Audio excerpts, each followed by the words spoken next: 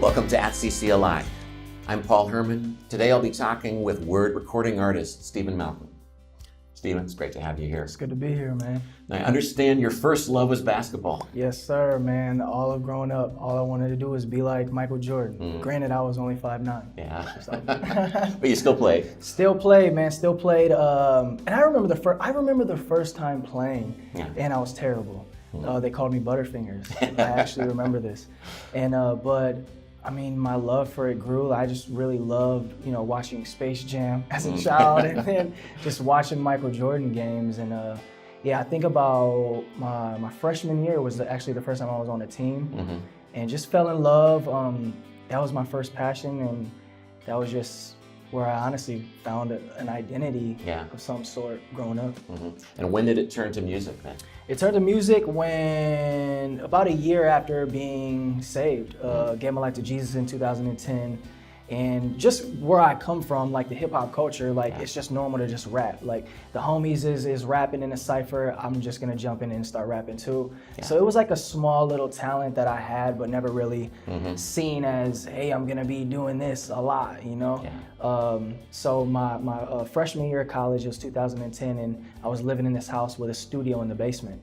And that's where I would just, spill out all my emotions and just spend my quiet time just recording. So, like I said, after a year of following Jesus, decided to serve the church, and that's when I started taking music serious. So tell us what it was like stepping into that urban fellowship for the first time. It was the first time I seen young people who look like me, who dress like me, who communicate like me, who speak my language. But all of them have one thing in common, and they love Jesus. And I had never seen that in my life, never seen the hip hop culture with Jesus at the center. I didn't even know that existed. And so I walk in this building, and keep in mind, craziness was going on in my life. And so this was a place where I found peace. I found a sense of joy that I'd never found before. Tell us about your song, Never Let You Go. Never Let You Go is a record off my debut album, self-titled debut album featuring Blanca, super talented, she's amazing.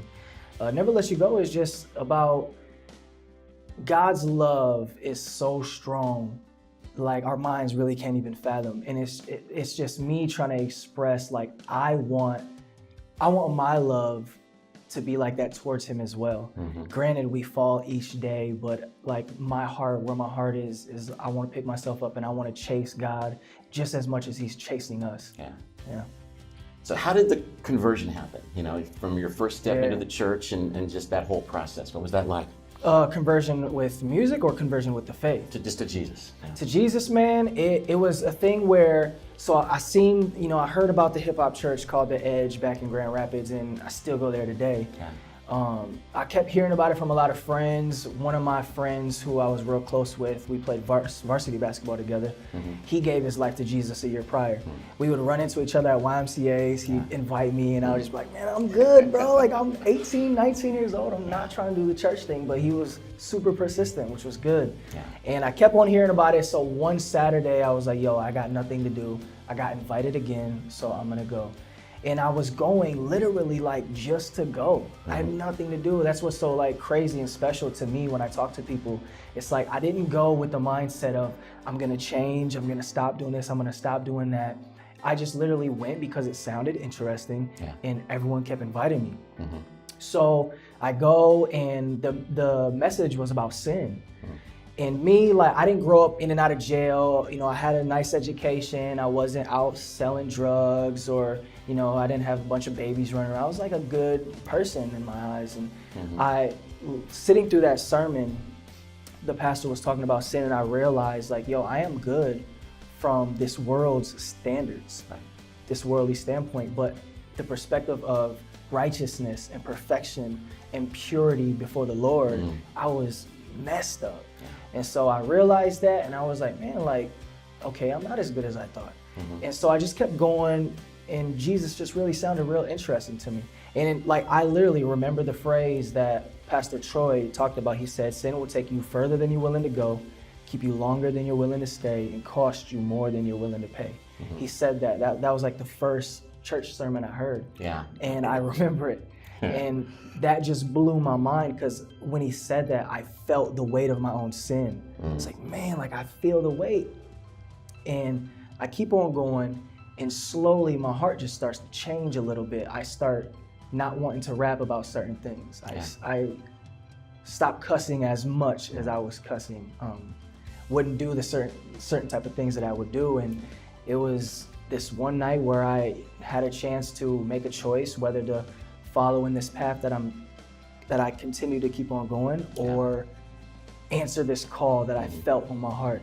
And that night, in that second, I chose to follow this call on my heart that I had from God. And from there, I knew, like, man, I'm getting convicted about certain things. I feel my heart changing. Let me follow this path and see where I end up. And that's all I did. And here we are today. Wow. I heard a song also off your new album, Not to Us. Love to hear the story behind that one. Yeah, so Not to Us, so I was reading and it talked about, like, you know, we are saved by grace through faith, and this doesn't come from us, so that we cannot boast, but all glory goes to God, because it all comes from Him. And I just wanted to tell my transformation and my story of how God brought me from here to where I am today. And it was nothing like that I have done. Like, granted, people see me on stage rapping, but that's such a small part of who I am as a person and what God has done in my life. And so just telling that story, and, you know, having Taylor Hill and Michael Anderson on it, they're super great friends of mine, songwriters out in LA, and they really blessed the track. Like, interesting story about it, the first part of Not to Us, Taylor Hill was just sitting on the piano. We were like, hey, let's read Psalms, and just pulled from Psalms, and he just started singing that. So just wanted to really bring back the aspect of worship and hip hop, and telling my story and how I got from here to here, and it is only through God's grace and His good love that I'm still here doing what I love to do. Awesome. Got to ask you about your song Serial. Tell us about that one. Yeah, so I'm driving to the studio, and Joseph Prelazny, which is a great friend of mine, my A&R producer, and he's like, hey man, you should write a song about cereal, because, okay, I love cereal. And funny story, my mom, she told me that right before she had me, she ate a bowl of Cinnamon Toast Crunch. I don't know if that plays into it, but I really love cereal. And so Joseph was like, hey, you should write a song about cereal. And me, I love to challenge myself.